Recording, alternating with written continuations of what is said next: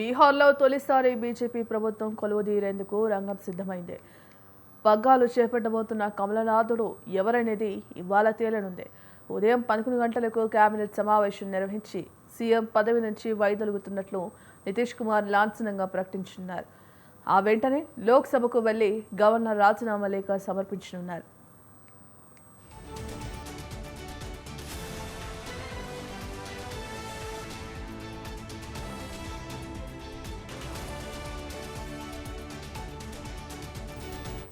రాజ్యసభ సభ్యుడిగా ఆయన ఎన్నికైనప్పటి నుంచి తదుపరి పరిణామాలపై ఉత్కంఠ నెలకొంది.